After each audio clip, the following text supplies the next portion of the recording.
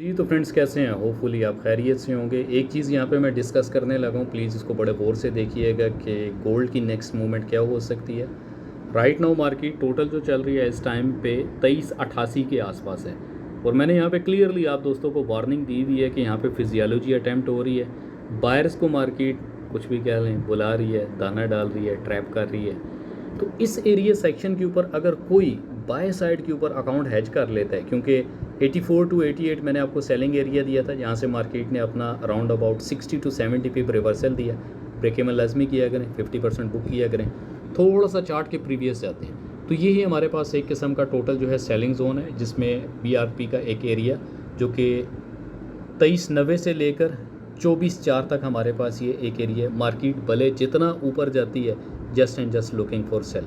आपने यहाँ पे सेल अटेम्प्टिंग, अगर कोई यहाँ पे बाय पे फंस गया, हैज कर लिया, कुछ कर लिया, तो आप